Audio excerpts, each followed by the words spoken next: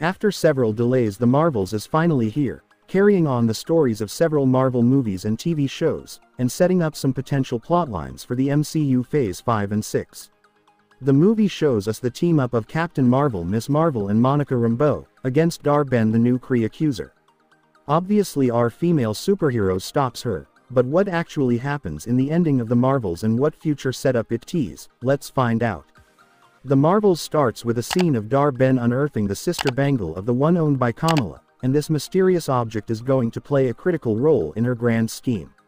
At first Captain Marvel and company think Dar-Ben is destroying locations. Important to Carol is a simple act of punishment for Captain Marvel destroying the Kree Supreme Intelligence. However, it quickly becomes clear that her mission is slightly more nuanced.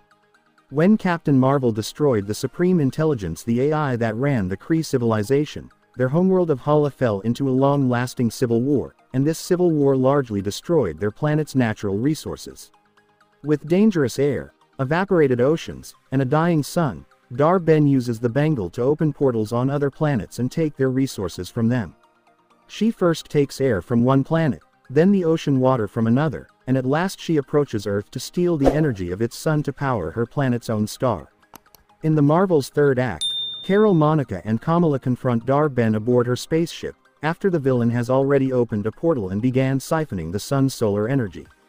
The three previously fought Dar-Ben but could not overcome their entangled powers, but this time the trio comes better trained. A large piece of debris falls on Dar-Ben, puncturing her abdomen. However, in a moment of mercy, Carol frees Dar-Ben and promises to help restore Hala.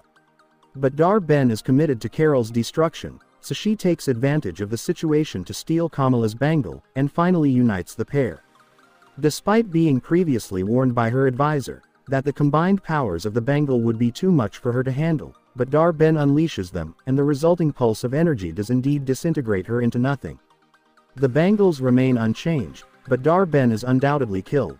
Despite Dar-Ben refusing to work with Carol moments before her death, the hero stays true to her word and travels to Hala to restore its sun. Carol flies into the star's core, reigniting it in moments. The Kree of Hala are seen breathing freely and watching their first sunrise in quite some time. The long-term fallout of Hala stealing air and water from other planets is left unresolved, but the Kree people appear set to live normal, comfortable lives moving forward. It's unclear if Dar-Ben knew what would happen when she unleashed the power of the bangles, but the result is a tear in the very fabric of space-time. A hole that looks similar to other cosmic portals in the MCU opens up, but this one starts to shake and peel. A different reality can also be vaguely seen through the opening, and this unstable hole threatens to destroy both universes if it's not stopped. With a hole between realities threatening both universes, the three Marvels concede a plan. Carol and Kamala can imbue Photon with energy, and she can use it to seal the breach. Monica has to close the hole from the far side, that place her in the unknown reality. What she doesn't tell Carol or Kamala is that she'll need to stay there to ensure the closure is permanent. In the end, Captain Marvel attempts to fly out to grab her friend, but the reality rift closes too soon and Monica is seemingly lost. During the main runtime of the Marvels, it's left unclear what exactly the new reality is. However, the Marvels mid-credits scene gives a bit more information. After being left adrift in space, the scene opens with Monica hooked up to a medical IV. Shockingly, she sees her mother, Maria Rambeau, though her mother doesn't understand why Maria calls her mom. After that, there comes the most shockingly reveal X-Men member Beast, which explains that Maria is the hero binary. Further specifics of Monica's location are left unclear, but whatever reality she's stuck in features the X-Men, and a heroic variant of her mother. After years of seemingly teasing the young Avengers in the MCU, the Marvels finally makes the franchise's first concrete steps to getting the team together. The movie's final pre-credits scene is a hilarious riff on Nick Fury's Iron Man recruitment spiel. Kamala, partially covered in shadows but not at all intimidating, approaches Kate Bishop about putting a team together. During her pitch to Kate Bishop, Kamala explains that she has a lead on some other potential teammates who may join the cause. It's a brief line, but Kamala says she knows Ant-Man has a daughter, referring to Cassie Lang. While the prospect of a Young Avengers project is exciting, it's unclear where the team will actually show up. Looking ahead at upcoming MCU movies, none seem like clear fits for Kamala, Kate, and whoever else they recruit. However, it's worth noting that Marvel Studios has several reserved release slots in the MCU Phase 6, without announced movies. One of these may be a Young Avengers movie or a movie in which they can be partially featured. Regardless, it seems likely they will show up at some point before Avengers: The Kang Dynasty and Secret Wars.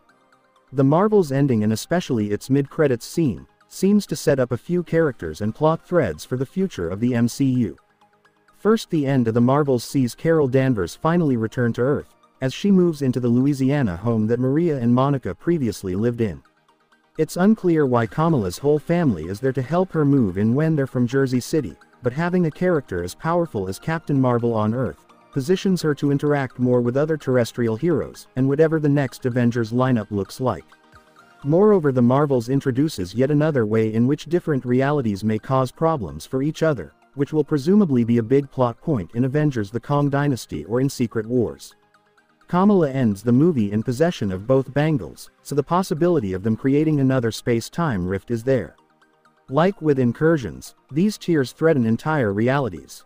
Also, at the end of the Marvels, Nick Fury and the rest of the Saber Station crew are forced to escape to Earth as Saber erupts in flames.